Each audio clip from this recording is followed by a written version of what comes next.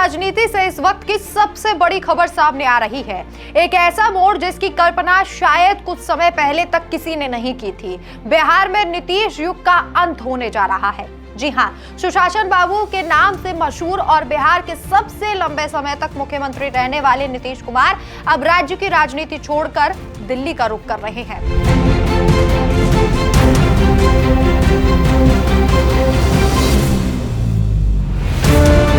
चर्चाएं तेज है कि पार्टी के अंदर हलचल है और सबसे बड़ा सवाल कि अगर नीतीश गए तो बिहार की सत्ता की चाबी अब किसके हाथ में होगी। इस पूरी खबर की पुष्टि खुद मुख्यमंत्री नीतीश कुमार ने की है। उन्होंने सोशल मीडिया प्लेटफॉर्म एक्स पर पोस्ट साझा कर जानकारी दी।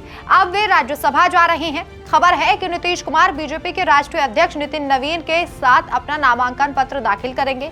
लेकिन बात सिर्फ नामांकन की ही नहीं है, बात है उस शक्ति प्रदर्शन की जो दिल्ली से पटना तक होने वाला है। इस मौके पर केंद्रीय गृह मंत्री अमित शाह खुद दिल्ली पहुंचे हैं। अमित शाह की मौजूदगी साफ इशारा कर रही है कि ये फैसला सिर्फ जेडीयू का नहीं बल्कि एनडीए गठबंधन की बहुत बड़ी सोची समझी रणनीति का हिस्सा है। नीतीश कुमार का बिहार की रणनीति से जाना कोई साधारण बात नहीं है। 4 महीने पहले 20 नवंबर को पटना में नीतीश कुमार ने रिकॉर्ड 10वीं बार मुख्यमंत्री पद की शपथ ली।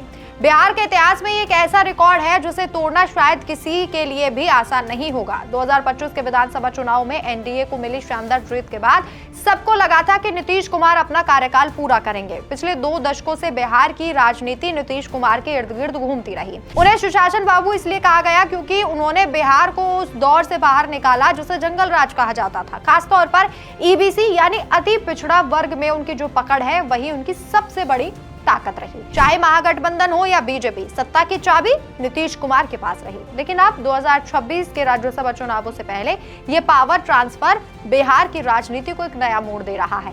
अब सबसे अहम सवाल पर आते हैं कि नीतीश कुमार अगर दिल्ली जाते हैं तो बिहार का मुख्यमंत्री कौन होगा।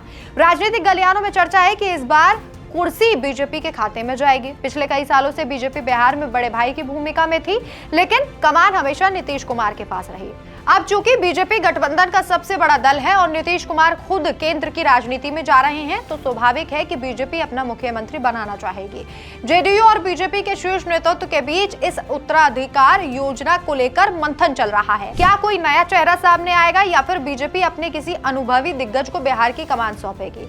नीतीश कुमार के बेटे निशांत अब तक राजनीति के चकाचौंध से दूर ही रहे, लेकिन अब कयास लगाए जा रहे हैं कि बिहार की राजनीति में उनकी ग्रैंड एंट्री हो सकती है। चर्चाएं यहाँ तक है कि बिहार का डिप्टी सीएम बनाया जा सकता है। अगर ऐसा होता है तो ये जेडीयू के लिए अपनी विरासत को आगे बढ़ाने का एक कदम होगा। बिहार की राजनीति आज एक ऐसे चौराहे पर खड़ी है जहां से एक पुराना युग समाप्त हो रहा है और एक नए दौर की शुरुआत हो रही है। नीतीश कुमार का केंद्र में जाना और बिहार में सत्ता का नया समीकरण बनना आने वाले सालों की राजनीति तय करेगा। क्या आपको लगता है कि नीतीश कुमार के बिना बिहार की राजनीति वैसी ही होगी?